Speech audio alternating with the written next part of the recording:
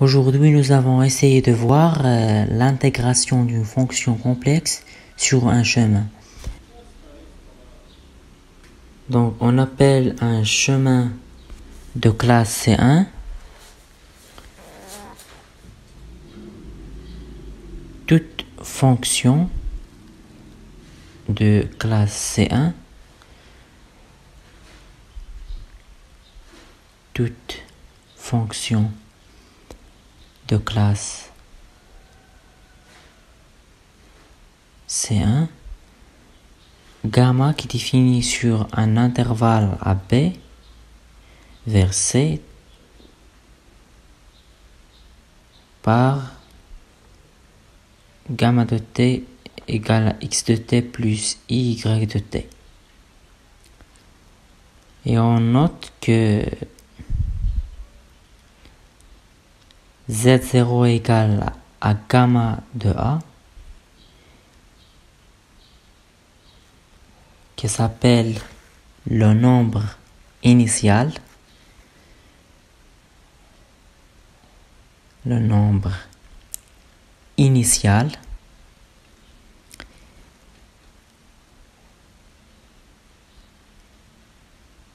et Z1 qui est égal à gamma B, gamma de B qui s'appelle le nombre origine. Et pour simplifier les choses, on peut le voir un chemin comme une trajectoire. Par exemple, imaginez un point qui se déplace de A vers B. Mais le problème dans ce cas, c'est que pour intégrer une fonction complexe, il faut paramétriser le chemin gamma. Et on remarque que ce déplacement commence à l'instant A et termine à l'instant B. Donc on cherche gamma de t tel que t compris entre l'instant A et l'instant B. Et pour comprendre qu'est-ce qu'est un chemin, je vous propose 4 exemples. On a le chemin non fermé simple et le chemin non fermé non simple et le chemin fermé non simple et on a le chemin fermé simple. Maintenant, définir l'intégration d'une fonction complexe sur un chemin. Je profite ce moment pour rappeler l'intégration d'une fonction réelle. Donc, on dit qu'une fonction est intégrable si l'intégrale de cette fonction entre a et b égale à la limite de la sommation de xk moins 1 moins xk fois f de xk avec k compris entre 0 et n.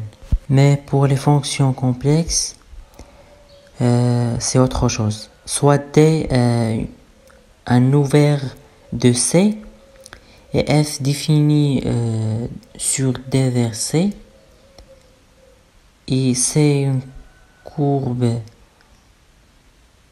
dans D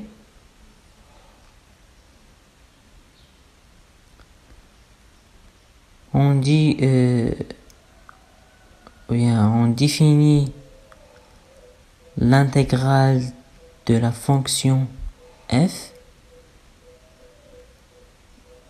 le long de la courbe C par l'expression suivante. Par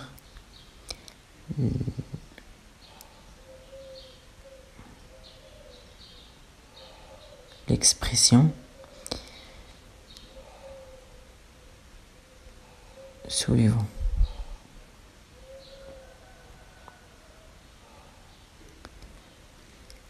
L'intégrale de f de z dz sur une courbe C égale à la limite de la sommation de zk plus 1 moins zk f de zk plus 1 avec k compris entre 0 et n moins 1.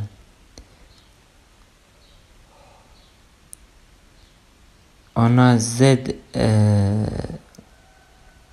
0 égale à 0, zk jusqu'à ZK égale à P. Ça, c'est une subdivision de la courbe C.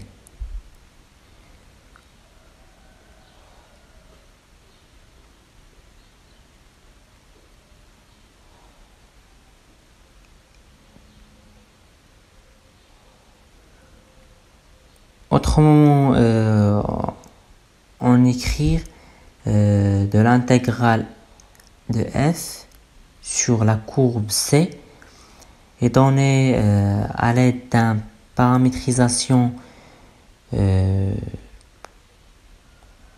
la courbe C.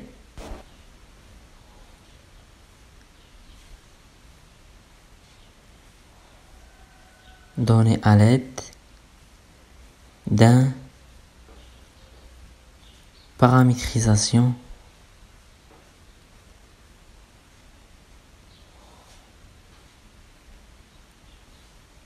de la courbe C. C'est-à-dire que pour toute z appartenant à la courbe et z est égal à gamma de t avec gamma définie de 0,1 vers c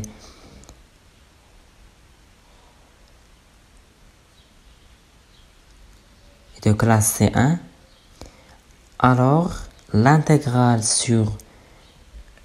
de la fonction fz dz sur une courbe est égale à l'intégrale entre 0 et 1 de f de alpha de t fois alpha prime de t de t. Maintenant, je vous propose un exercice d'application. Calculer l'intégrale de f de z dz sur la courbe C. C'est une demi-cercle avec donc t compris entre 0 et pi. Et la paramétrisation du cercle, c'est gamma de t est égal à z0 plus r exponentielle iθ. Dans ce cas, z0 égale à 0, 0 et r égale à 1. Donc, par définition, l'intégrale égale à l'intégrale entre 0 et pi exponentielle it fois i exponentielle it d de t qui est égal à l'intégrale entre 0 et pi de i fois exponentielle de it dt qui est égal à i 1 sur 2 i exponentielle de it entre 0 et pi qui est égal à i sur 2 i exponentielle 2 i pi moins 1 qui est égal à 1 sur 2 pour exponentielle de ip est égal à cosinus pi plus i sinus pi. Cosinus pi égale à 1 et sinus pi égale à 0. Donc c'est égal à 1 sur 2 fois 1 moins 1 qui égale à 0. Donc c'est intégrale égale à 0. Proposition. Soit f défini sur D vers C. C1 et C2 deux courbes dans T, alors l'intégrale dans T, c'est-à-dire on a le domaine D et le courbe AB qui égale courbe C qui est égale C1 union C2.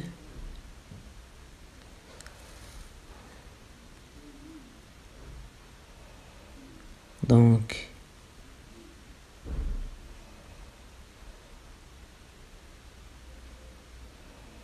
C1 union C2.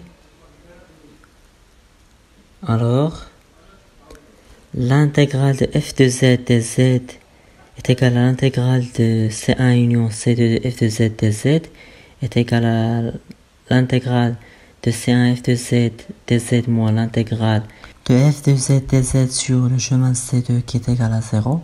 C'est-à-dire que l'intégrale de f de z dz est égale à moins l'intégrale de C2 f de z dz. En général, l'intégrale dépend d'un chemin, c'est-à-dire dépend du chemin suivi. En général. Théorème. Soit f défini sur D vers C est holomorphe sur D